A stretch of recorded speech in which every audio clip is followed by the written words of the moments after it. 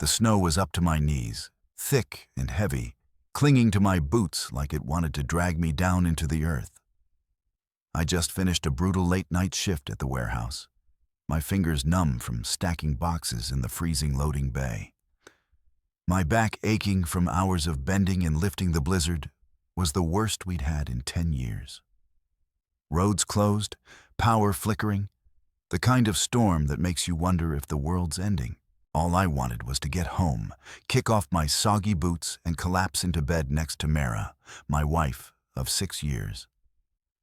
I'd been dreaming about the warmth of our little house.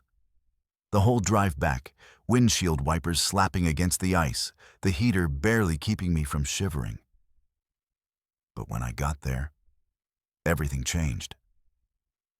I stepped out of the truck, the wind biting at my face, and trudged up to the front door. My key wouldn't turn. I jiggled it, thinking it was frozen. But then I saw the dead bolt was locked from the inside. That's when I looked up and saw her mirror through the living room window, smirking like she just wants something. She wasn't alone. Her brother Zane was there holding up a beer, his loud voice cutting through the glass freeze to death. Useless idiot. Mia laughed sharp and mean and slapped his hand in a high five behind them. Her parents, Gordon and Beth, stood watching, their grins wide and smug like I. Was some kind of joke they'd all planned. My breath puffed out in shallow clouds, the cold sinking deeper into my bones. But it wasn't the weather breaking me. It was them, my own family, the people I'd built a life with, locking me out and laughing about it. I stood there, staring my hand, shaking not just from the chill, but from the hurt twisting in my chest. I could have shouted. I could have banged on the door until my fist bled. But what would that get? Me more laughs, more insults? No. I turned around the snow, crunching under my boots, and walked to the backyard where Mark, our golden retriever, was huddled by the shed. His big brown eyes looked up at me, confused but trusting his tail, wagging slow like he knew something was wrong. I unhooked his leash from the post, grabbed his blanket from the porch, and started walking. The wind howled, stinging my eyes. But I didn't look back. Not once my house. Our house was behind me, glowing, warm and bright. But it didn't feel like mine anymore. It hadn't. For a while I realized, maybe not ever. Mark pressed close to my leg as we moved through. The storm is fur-dusted with snow, and I kept my head down, focusing on each step. I didn't know where I was going yet, just a way away from the smirks, the beer, the betrayal. My breath was ragged, my lungs burning from the icy air. But I didn't stop. I couldn't. Every time I'd spent years trying to fit into their world, working extra shifts to keep up with their expectations, biting my tongue when they made their little digs about my job, my truck, my simple life, and for what to be left out here like trash. Mark whimpered beside me, and I reached down to scratch his ears, my gloves stiff with frost. "It's okay, buddy," I muttered, though my voice cracked. "We're done here." The snow kept falling, thicker now, blanketing the street in white, and I felt like I was disappearing with it. Maybe that's what they wanted, Marrera, Zane, all of them, to erase me. But I wasn't going to give them the satisfaction of seeing me beg. I tightened my grip on Mark's leash and kept walking, the cold wrapping around me like a second skin, my mind spinning with questions I didn't have answers to. Why'd she do it? When did she stop caring? How long had they been planning this? I didn't know. All I knew was the ache in my chest and the dog at my side. We passed the corner store. Its lights dimmed through the storm, and I thought about the life I'd built, the one I thought we'd built together. 6 years of dinners, vacations, late-night talks. Was it all fake? My legs were heavy, my jeans soaked through. But I didn't stop. Mark stayed with me, loyal as ever, and that was enough for now. The house faded into the distance, swallowed by the blizzard, and with it went the man. I'd been the one who let this happen. I wasn't sure who I'd be tomorrow, but I knew one thing. I wasn't going back, not to them, not to that. The snow stung my face, but I welcomed it. It was honest, at least cold. Brutal, but honest and right. Then that's all I needed, me and Mark. We'd figure it out one step at a time. The snow didn't let up as I trudged through the streets, Mark trotting beside me, his paws leaving little prints in the white mess. My boots were soaked, my toes numb, and every breath felt like swallowing glass. But I couldn't stop moving. Not yet the house was behind me, now out of sight. And with every step, it felt more like a memory I didn't want to keep. I didn't have a plan. Just this burning need to get away, to put distance between me and Myra's smirk. Zane's laugh, her parents' smug faces. The wind howled, pushing against me, but I leaned into it, my hands stuffed deep in my pockets. Mark's leash looped around my wrist. I didn't know where we were going until I saw the faint glow of neon ahead. Lou's Diner, a 24-hour joint I'd passed 100 times, but never stopped at. It looked warm, alive, the kind of place that didn't care who you were, as long as you didn't make trouble. I pushed the door open, a bell jingling above me, and stepped inside Mark, shaking snow off his fur at my feet. The heat hit me first, thawing my face, making my nose run. The place smelled like coffee and grease, and the hum of a jukebox played some old country song I didn't recognize a waitress. Rosie, her name tag said, looked up from wiping the counter. She had tired eyes but a soft smile, like she'd seen guys like me before a rough night, she asked. Glancing at Mark, I knotted my throat. Too tight to talk, yet sit anywhere. She said, "Dog's fine as long as he behaves." I slid into a booth by the window, Mark curling up under the table, his wet fur brushing my leg. "Rosie, His voice was groggy when he answered. "Dude, you okay? It's late." I told him everything, my words spilling out fast. The shift, the snow, the lockout, the laughter. He didn't interrupt, just listened. "Stay there," he said when I finished. "I'm coming." 20 minutes later, his beat up. Ford rolled into the lot, headlights cutting through the blizzard. I paid Rosie with my tea, thanked her again, and climbed in with Mark.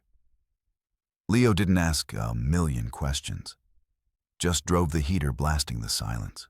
Comfortable. Mark stayed close, sleeping at my feet, and Leo kept me fed with takeout and bad jokes.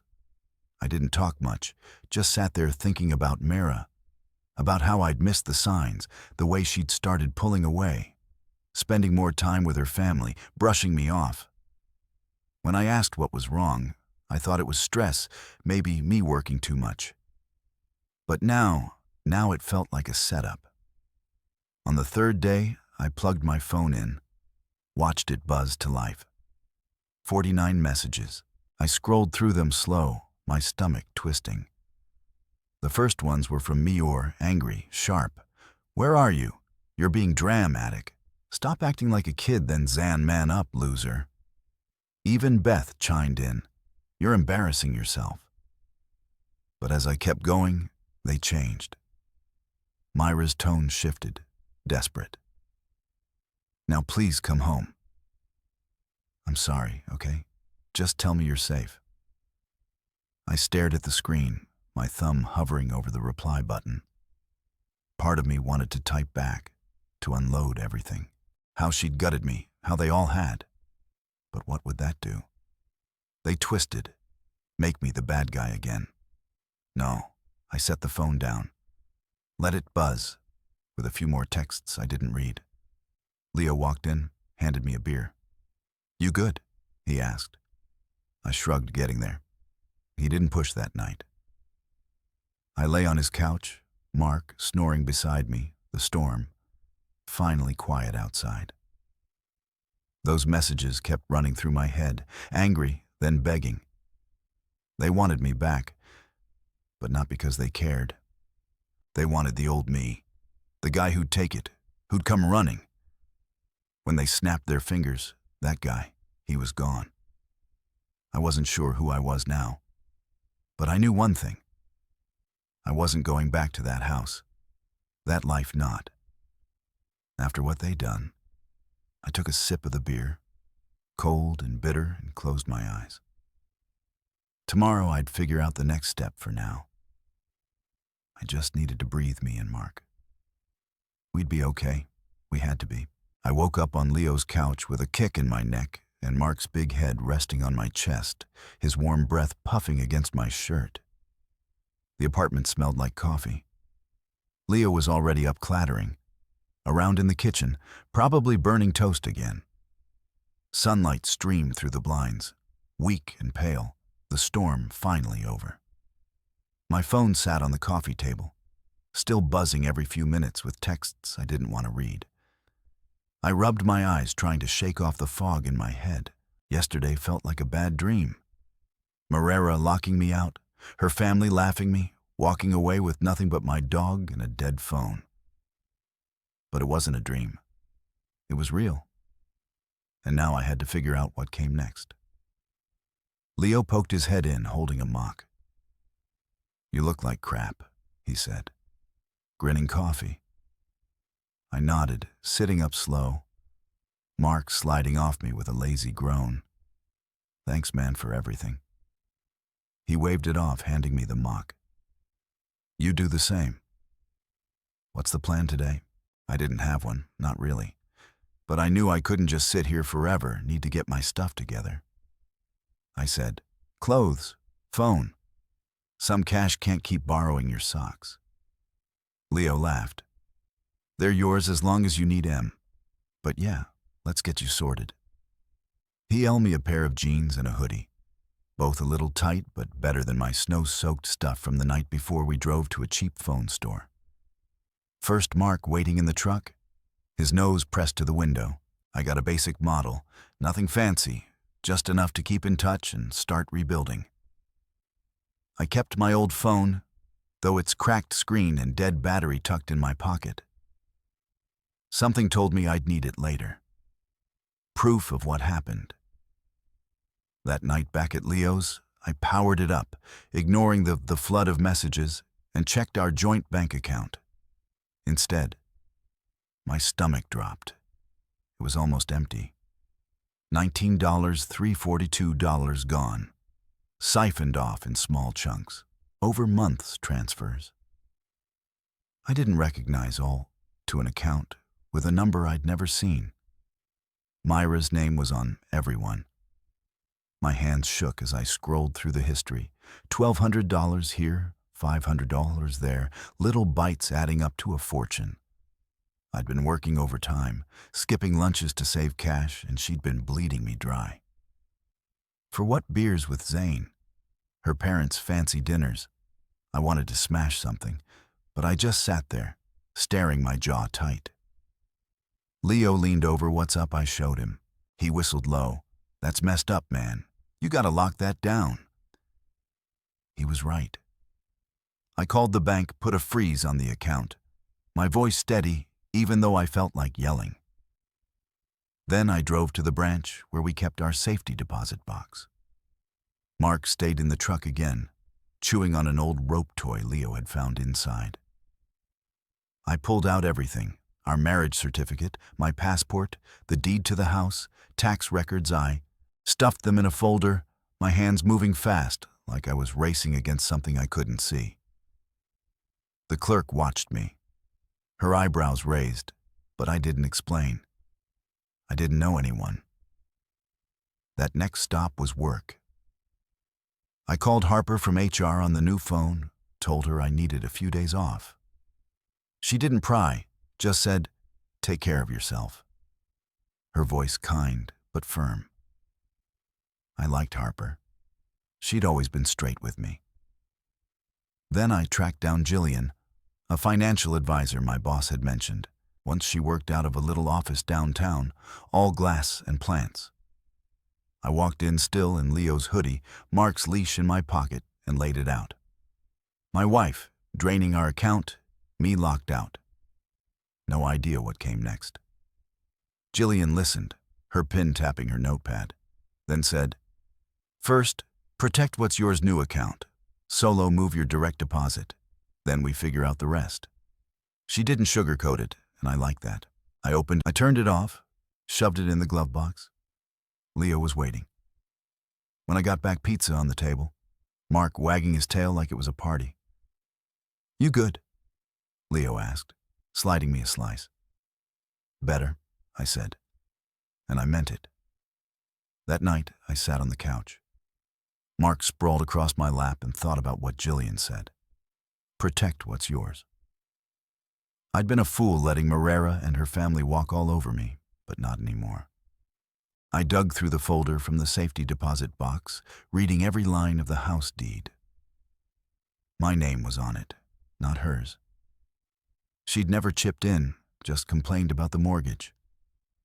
That was something leverage. Maybe I wasn't sure what I'd do with it yet, but it felt good to have options. The pizza went cold as I kept digging, piecing together the last few years. Myra's late nights with friends, her sudden shopping spree, the way she'd snap if I asked about money. It had been there right in front of me, and I'd ignored it. Too tired, too trusting.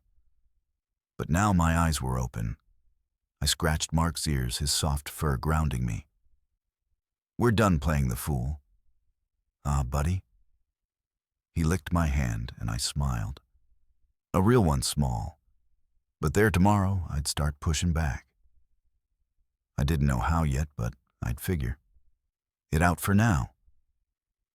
I had a roof, a friend, a dog, and a little cash in my name. It wasn't much, but it was a start, and this time, I wasn't letting anyone take it away. I woke up early, the couch spring digging into my back. Mark's snores filling the quiet of Leo's apartment. My new phone sat on the coffee table. It screened dark. A fresh start. I could control. The old one was still in the truck's glove box, buzzing with Myra's desperation. But I wasn't ready to face that.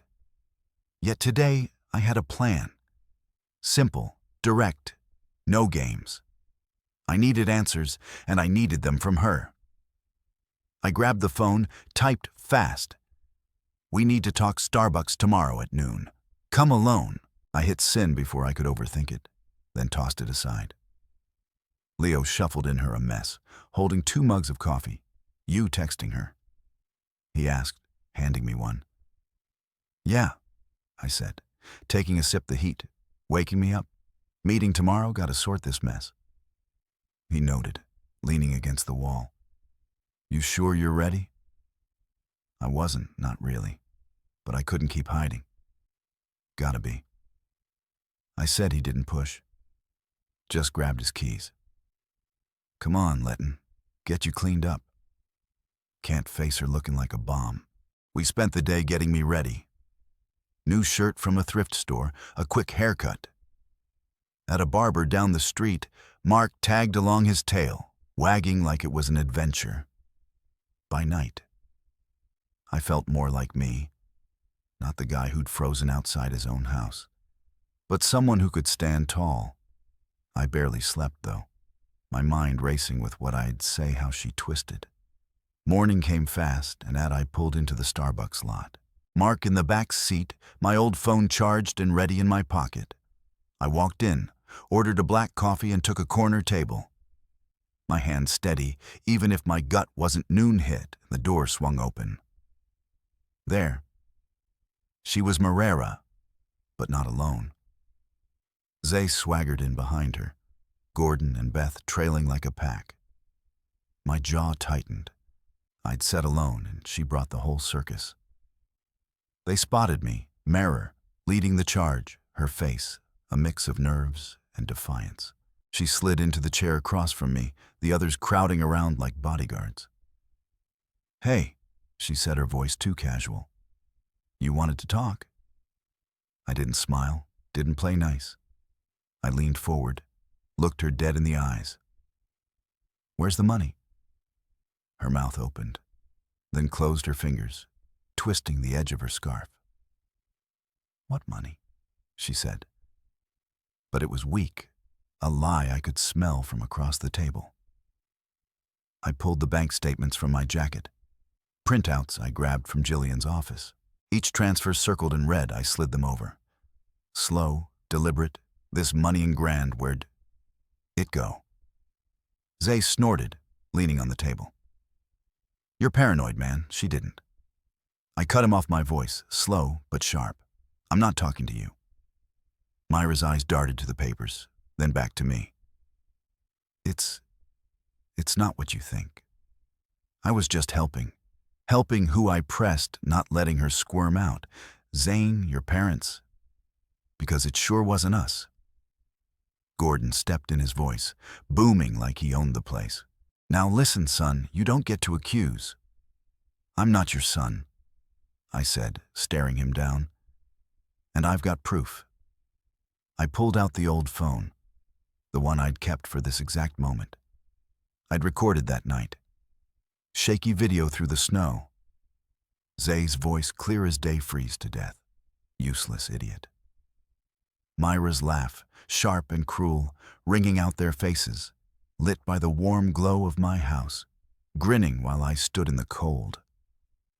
I hit play, turned the volume up, let it fill the space. People at nearby tables glanced over. Curious. Myra's face went pale. Zay SMK faded. Beth's hand flew to her mouth. Gordon just glared, but I didn't flinch. The video ended, and I set the phone down. My eyes locked on Mior. Return the money in 48 hours, I said. Calm but firm. Move out in 7 days. Start therapy if you want any chance of this surviving. Beth scoffed, loud and dramatic. You're ridiculous, threatening us. I leaned in close, my voice. A whisper just for Mior. I'm not bluffing. She stared at me, her eyes wide, like she was seeing me for the first time. Zane muttered something under his breath, but I didn't care. I stood up, grabbed my coffee, and walked out, leaving the statements on the table. Mark greeted me at the truck, his tail thumping against the seat, and I climbed in my heart, pounding but stead. I'd said what I needed to lay it all out. No yelling, no begging, just facts and a line in the sand driving back to Leo's. I replayed it in my head, Myra's excuses crumbling the way. They tried to gang up on me and failed that video. It was my ace proof they couldn't deny. I'd caught them off guard, flipped the script for once. I wasn't the one scrambling. Leo was waiting when I got back, tossing a tennis ball for Mark in the living room. How'd it go? He asked. I'm good, I said. Dropping onto the couch, laid it out, gave her terms. He grinned at a boy. She bring the clowns, yeah. Didn't matter. I told him everything. The statements, the video, their faces. When it plays. He laughed, shaking his head. You're a badass, man.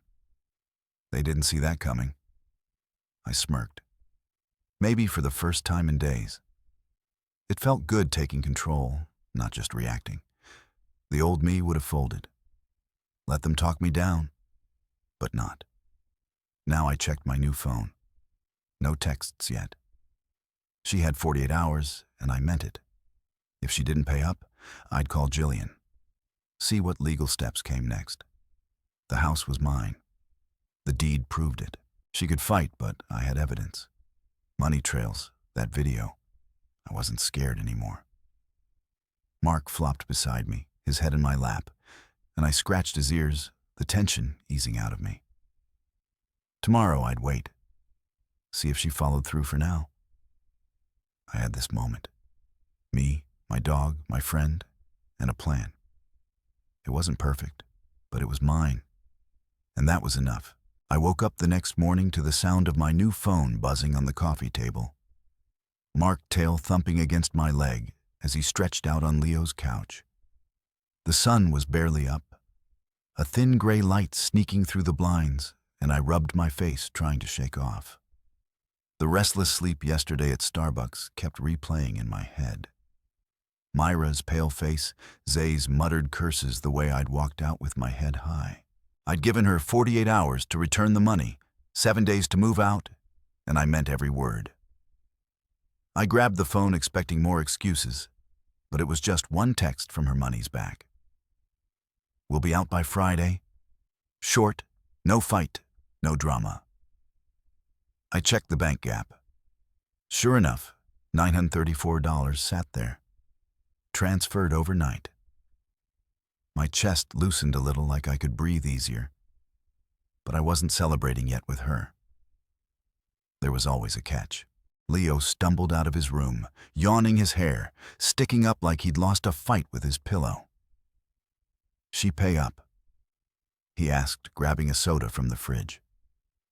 "Yeah," I said, showing him the screen, "and they're leaving by Friday."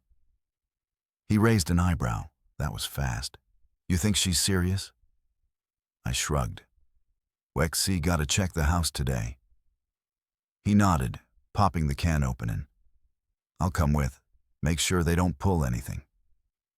An hour later, we were in his truck.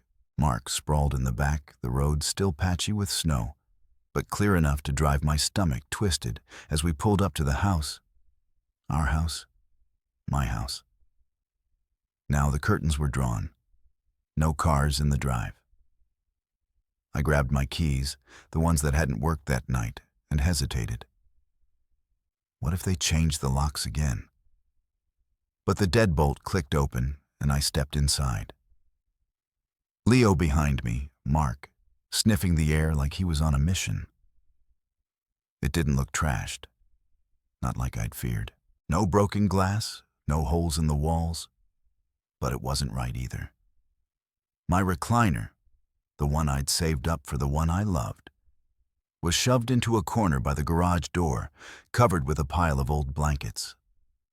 The living room shelves were bare. All our wedding photos. Gone frames probably tossed or packed. The TV was still there, but the Xbox was unplugged. Cords tangled like someone had yanked them out fast. I walked to the bedroom, my boots loud on the hardwood, and saw my clothes still in the closet. But her side was empty hangers swinging a few stray socks left behind. Leo poked around the kitchen, whistling low. They rearranged everything. "Man, your coffee mugs are in the pantry now." I checked the office next, my gaming PC still on the desk. But when I booted it up, my heart sank every save file. Hours of progress and games I'd played to unwind after long shifts, deleted blank like I'd never been there. I clenched my fists, breathing slow, keeping the anger down. They hadn't just left. They'd erased me piece by piece. Then I found it taped to the fridge. A handwritten bill from Mara, 2 pages long, itemizing every dime she claimed she'd spent on us over the years. Groceries from 2019, gas for a trip in 2021, even emotional support with $signs next to it, like I owed her for putting up with me. It was ridiculous petty. A final jab to twist the knife. Leo read it over my shoulder, laughing so hard he nearly choked. Emotional support. She's nuts. I didn't laugh. It stung, sure, but it also lit something in me. I grabbed my phone, snapped a photo of the letter, and posted it to my story. No caption, just the raw image. Let people see who she really was. Within minutes, comments rolled in. Friends, coworkers, even my cousin in Ohio. "She's delusional." "You're better off, bro." "What a clown show." Savage everyone, and it felt good, like a crowd cheering me on. I texted Marrera, "Meet me tomorrow at Willow Park alone." This time no reply came, but I didn't care. She'd see it. Leo and I spent the day reclaiming the place, moving my recliner back to the living room, plugging in the Xbox, stacking her bill in a drawer for later. Maybe for a lawyer if it came to that? Mark sniffed every corner, reclaiming his spot by the couch, his tail wagging like he approved. The house still fell off. Echoes of her everywhere. But it was mine again, and that was a start. Driving back to Leo's that night, I kept thinking about the money back in the account, sure, but it didn't erase what she'd done. 9. Grand stolen, slow, a betrayal stretched over months, and the house rearranged like I was a guest. They'd kicked out. It wasn't just spite. It was a message. You don't matter. But I did. I mattered to me now, and that's what kept me going. At Leo's, we ordered pizza, cracked open a couple beers, Mark begging for crust with those. Big eyes. "You're winning, man," Leo said, clinking his bottle against mine. "They scrambling, and you're solid." I nodded. Sipping slow feels like it, but tomorrow's the real test. He tilted his head. "The park, yeah, gotta hear her out. See if she's got anything left to say." He smirked. "You're too nice. You know that maybe, but I wasn't doing it for her. I was doing it for me to close this chapter clean." That night, I lay on the couch. Mark curled up beside me, the house running through my mind, the recliner back where it belonged, the empty shelves, her stupid bill. It wasn't about the stuff. It was about what it meant. She tried to rewrite our life. Make me the villain. But I wasn't playing that role anymore. The comments on my story kept popping up. Little bursts of support from people who'd seen enough. I didn't need her apology, didn't need her tears. I just needed to face her one more time, say what I had to, and walk away for good tomorrow. Willow Park alone. She'd better show up. I got to Willow Park early the morning.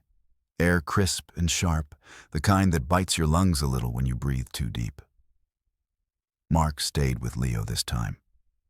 I needed to do this alone. No distractions. Just me and whatever Marrera had left to say. The park was quiet. A few joggers huffing along the trails, their breath puffing out in white clouds. But the bench I picked was off the path, surrounded by bare trees and frozen pond. I sat down, my hands in my pockets, the cold wood creaking under me. My new phone stayed silent.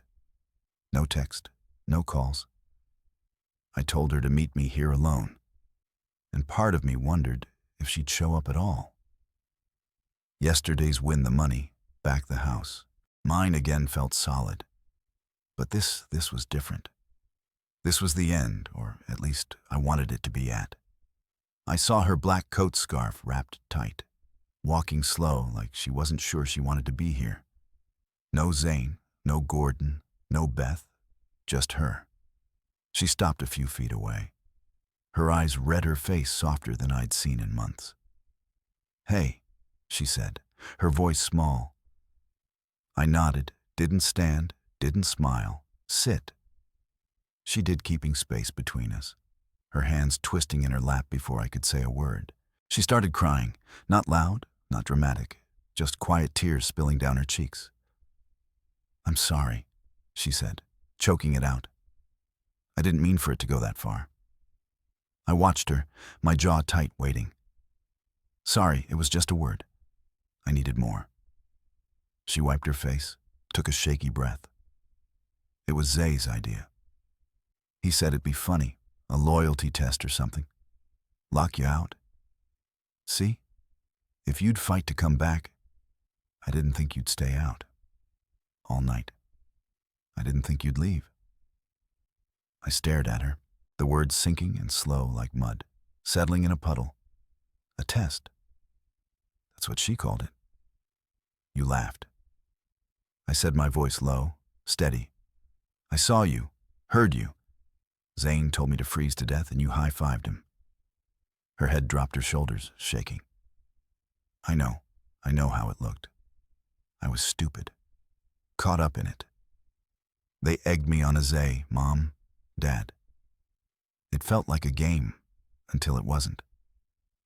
I leaned back the bench cold against my spine. A game. You locked me out in a blizzard. Mira, I worked a double shift, came home dead on my feet, and you turned it into a game. She flinched like I'd hit her, but I didn't stop. You stole 9 grand months of my pay gone. Was that a game too? She shook her head fast. No, that was. I needed it for them. Dad's business was tanking. Zane kept asking for loans. I thought I could fix it. Pay you back before you noticed. I laughed, sharp and bitter. Couldn't help it.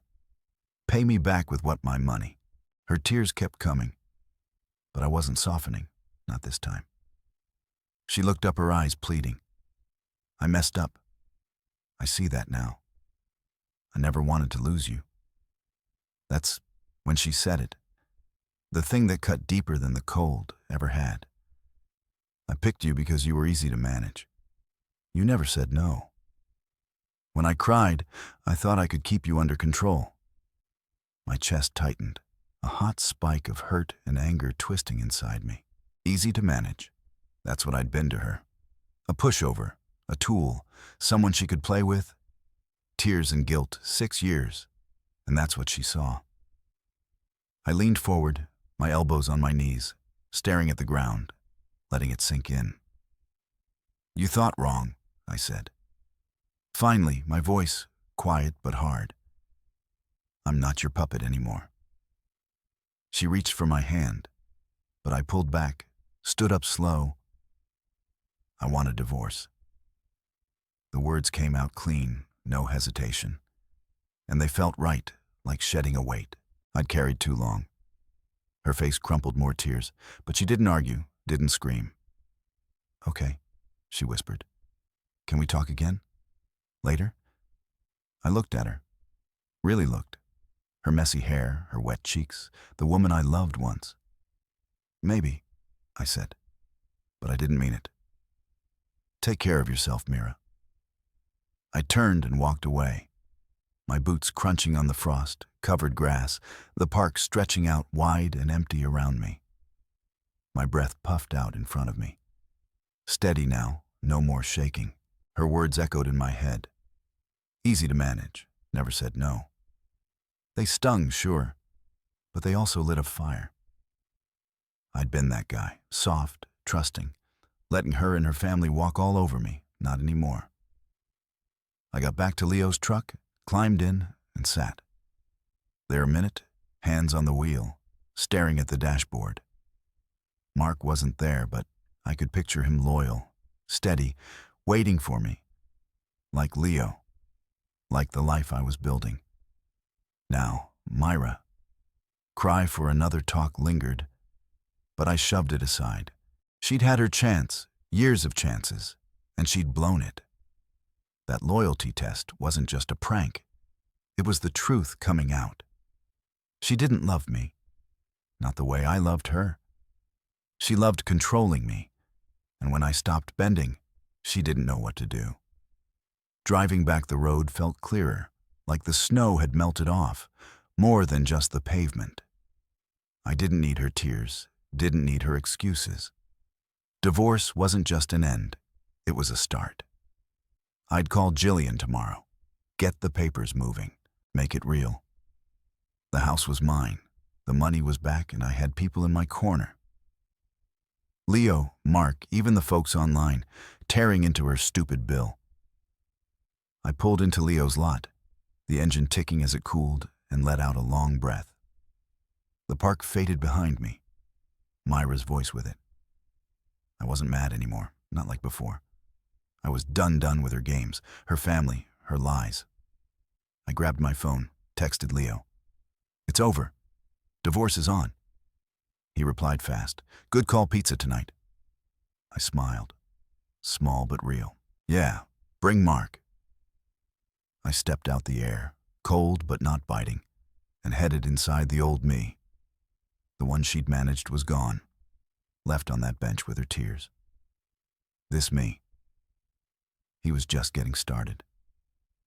I woke up on Leo's couch with Mark sprawled across my legs, his snores rumbling through the quiet morning. The park meeting with Mira still hung in my head. Her tears, her confession that easy to manage, line cutting deeper than I'd let on. Divorce was the right call, no doubt about it. But it left me restless, like I needed to do more than just walk away. I grabbed my coffee.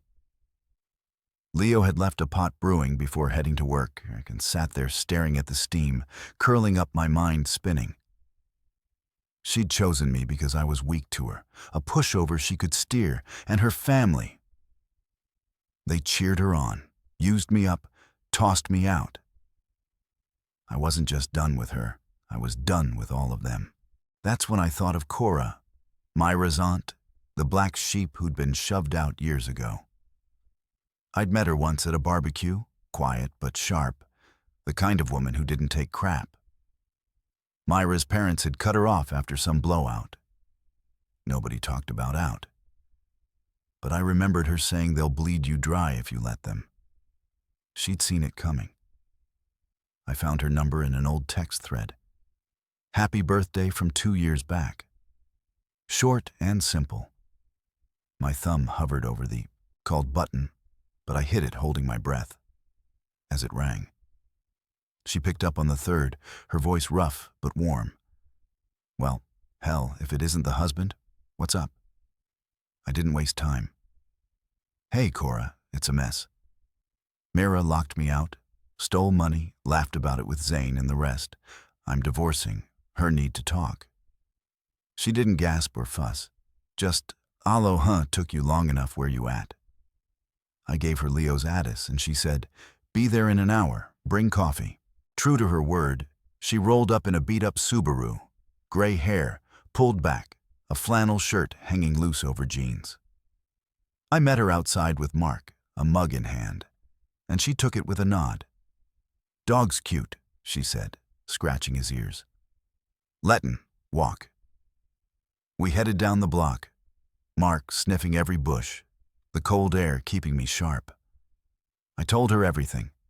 The blizzard night, the money, the Starbucks showdown, the park.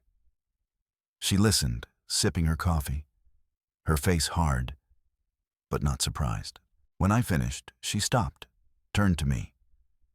They did the same to me. Used me up, then dumped me when I called it out. Gordon's a leech, Beth's cheerleader, Zay's a spoiled punk. Mira Sheck, their puppet, till she's not, I nodded. The pieces clicking. She said it was a loyalty test, said she picked me because I was easy to manage. Cor snorted a rough laugh. Loyalty test my ass. They test you till you break, then blame you for it. I lent Gordon cash for his business. Never saw it back.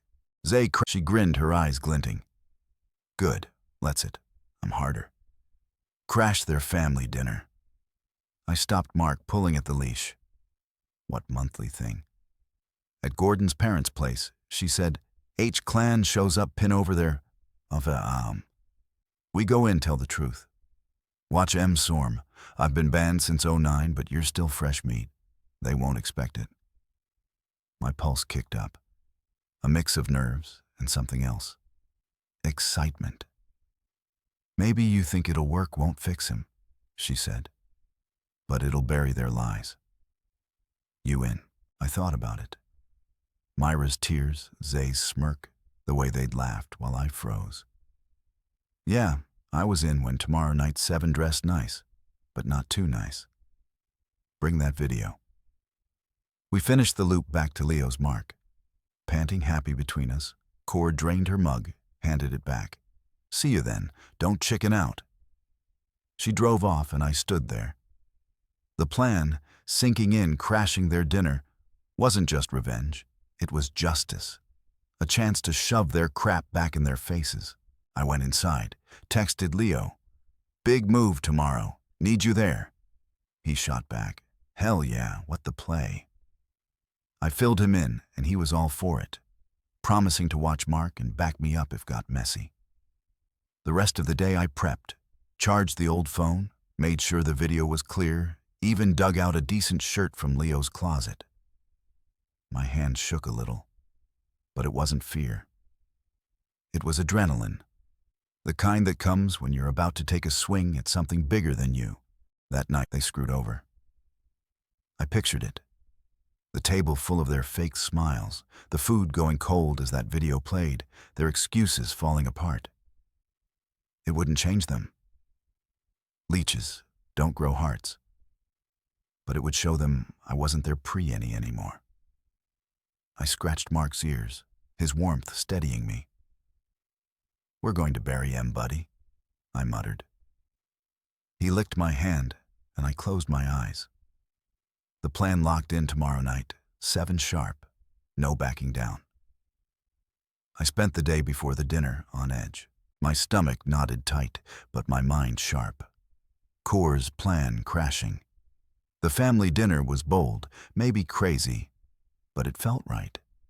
I'd had enough of Myers' clan hiding behind their smirks and lies, and this was my shot to call them out loud and public. Leo was in too, promising to keep Mark safe and meet me after if things went south. I ironed the shirt I borrowed from him, a plain blue button-up, nothing fancy, and made sure the old phone was charged. That video ready to roll Zay's voice. Myra's laugh all caught clear as day. It wasn't just evidence, it was a weapon, and I was ready to use it. Core pulled up at 6, her Subaru rattling like it might not make the trip. I climbed in the phone in my pocket, my hand steady despite the buzz in my chest. She glanced at me, her eyes glinting.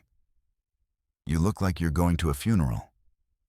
"Good, let and bury M." We drove to.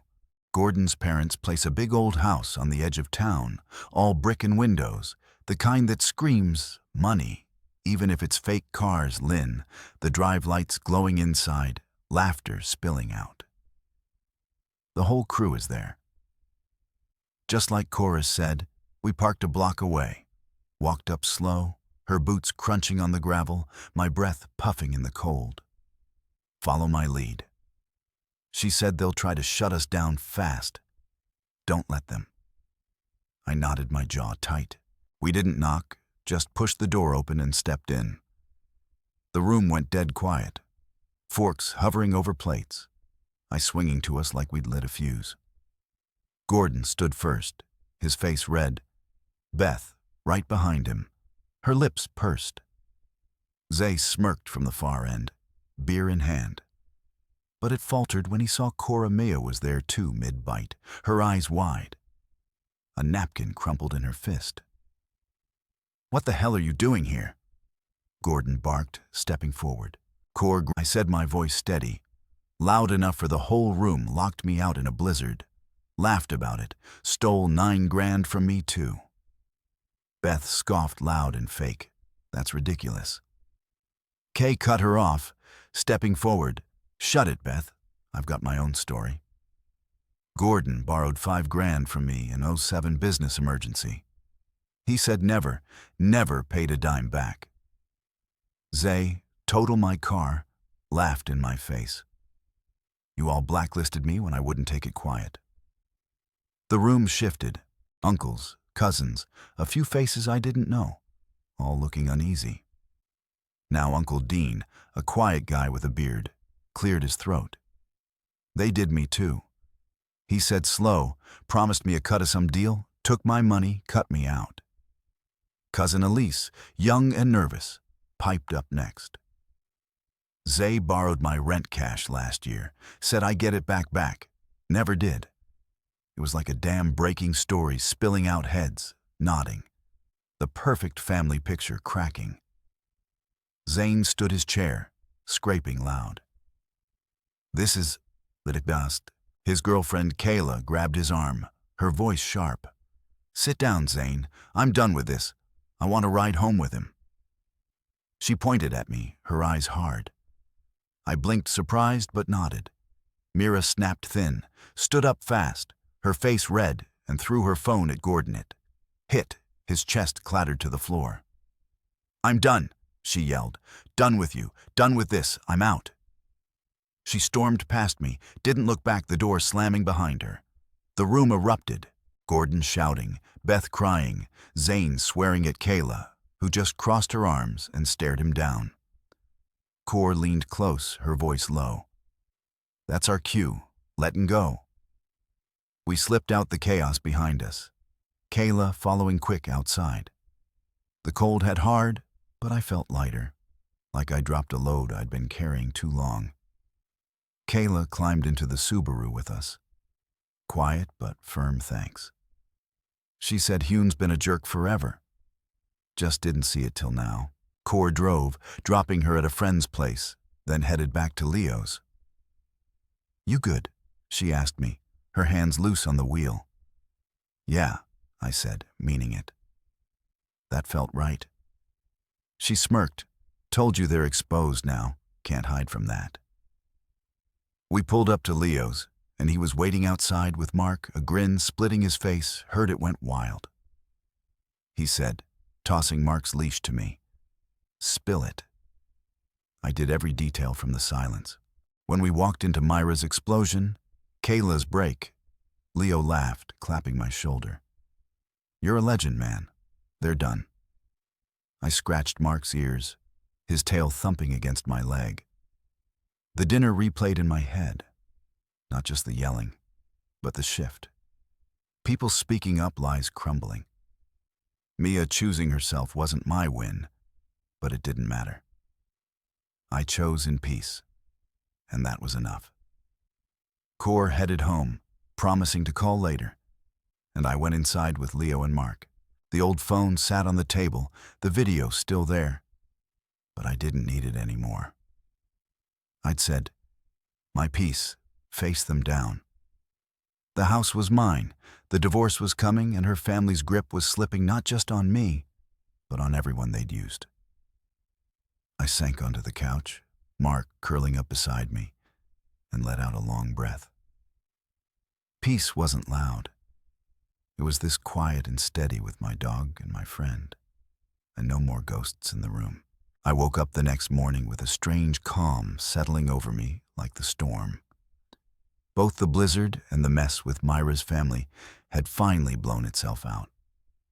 Mark was stretched across the couch, his head on my lap, snoring soft, and Leo's apartment felt more like home than my house ever had lately.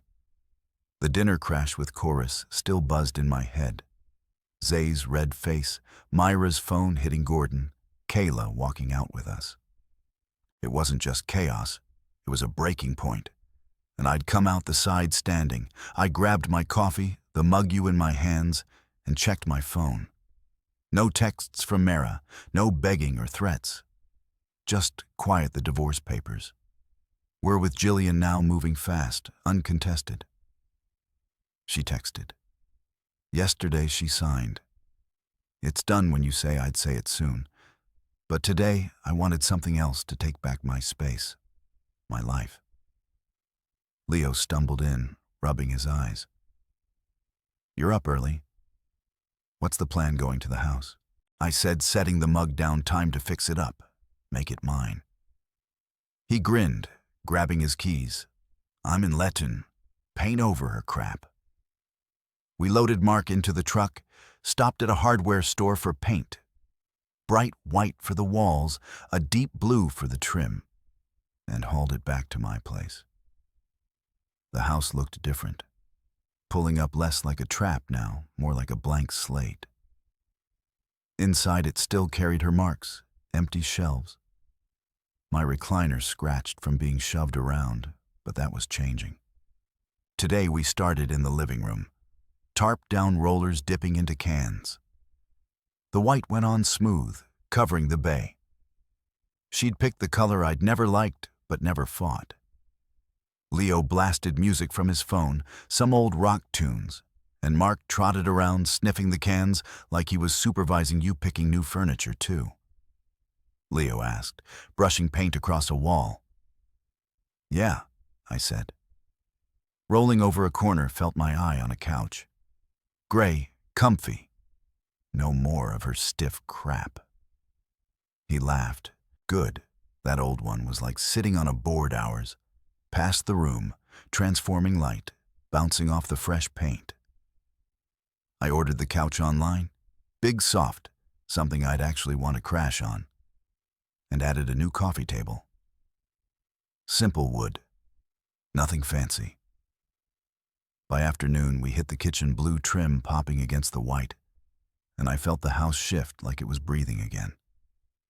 Mine in a way it hadn't been. Mark flopped on the floor, his tail wagging lazy, and I scratched his ears, paint speckling my hands. "You like it?" But he licked my wrist, and I took that as a yes. Later, I drove to the shelter, a spur-of-the-moment thing.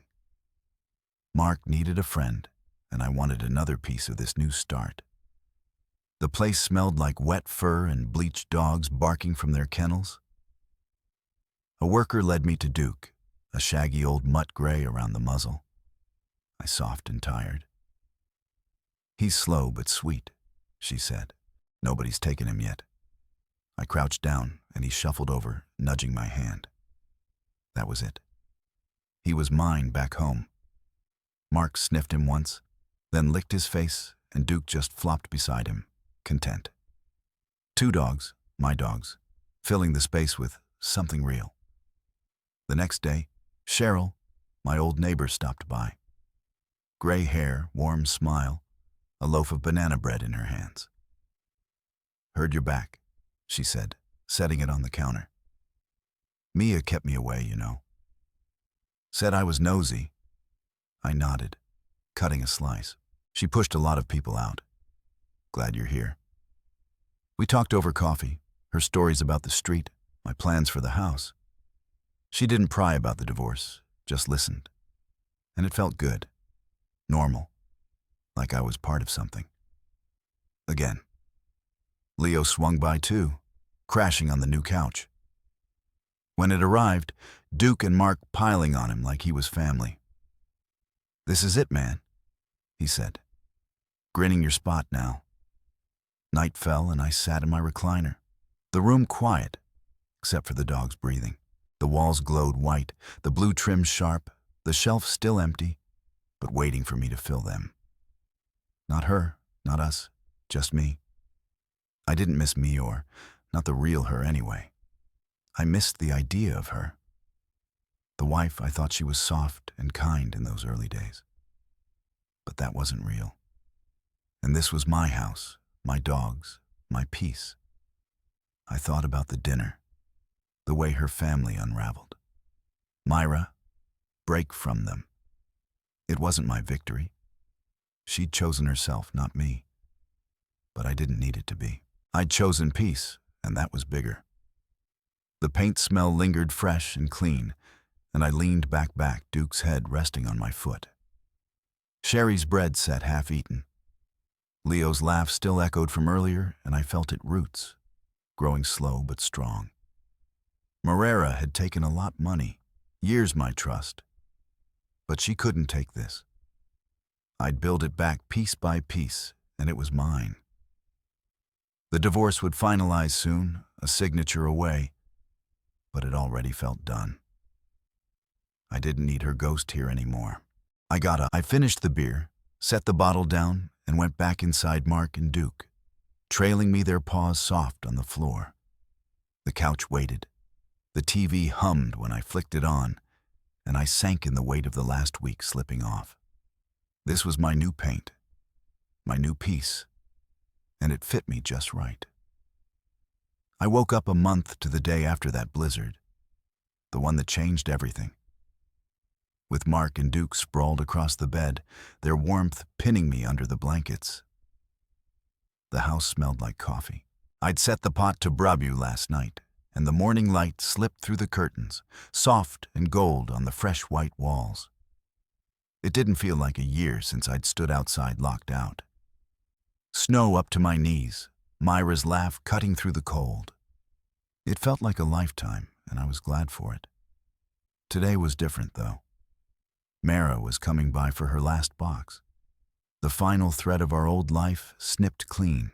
I got up, the dogs grumbling as I shifted them, and pulled on a sweater, my boots scuffing the floor. I'd scrubbed clean of her memory. The divorce was done, paper signed, no fight left in it. The house was mine, the paint new, the couch, my own pick. I built something here and she didn't fit anymore. At 10 sharp, her car rolled into the drive, a little hatchback. I didn't recognize, not the SUV we'd shared. She stepped out, hair shorter, her coat loose, looking lighter. Somehow, she grabbed the box clothes, a few books, nothing I'd miss, and set it by her feet, then turned to me. "I've been in therapy," she said, unprompted. "It's helping. I get it now. What I did. Why. I'm sorry not to fix us, just because I mean it." I leaned against the wall, arms crossed, watching her. Her face was open. No tears this time, no play for pity. "Good," I said, and I meant it too. "Glad you're figuring it out." She smiled. "Faint, but real, me too. Take care." "Okay, you too." She picked up the box, headed out, and I didn't stop her. The door clicked shut, her car purred away, and that was it. The last of her gone quiet and clean. I stood there a minute. Mark nudging my leg, Duke chewing his tail like nothing had happened. It didn't hurt, didn't sting, it just was. And I was okay with that. I forgave her. Not for her, but for me. Bridges burn once, and I wasn't rebuilding this one. I grabbed my coffee, still hot, and sank into the couch. The dogs piling them like they owned the place outside. Snow started falling, light flakes dusting the yard, and I watched it through the window. Warm inside, safe. Mark climbed into my lap, his big head heavy, and I scratched his ears thinking back to that night a month ago. The cold, the lockout, Zay's voice, her laugh. It had broken me, then shattered the man I'd been. But it didn't just take a marriage. It took the guy who'd let it happen. The one who'd been too far, stayed too quiet, and I didn't want him back. I sipped my coffee, the warmth spreading through me, and looked around.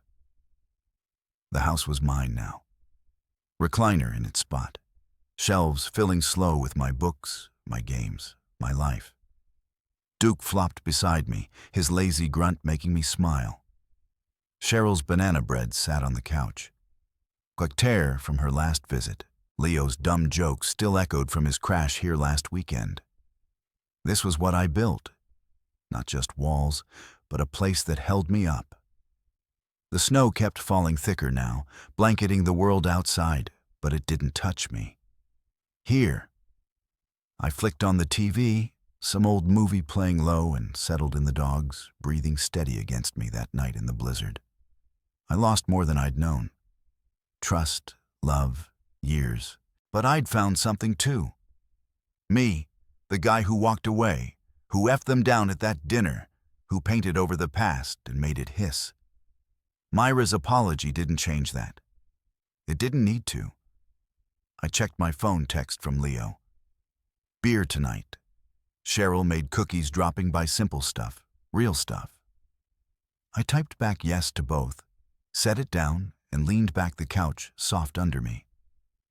The old me would have clung to Myra. Sorry, tried to fix it. But this me. He let it go, let her go, and kept what mattered. The day stretched out easy.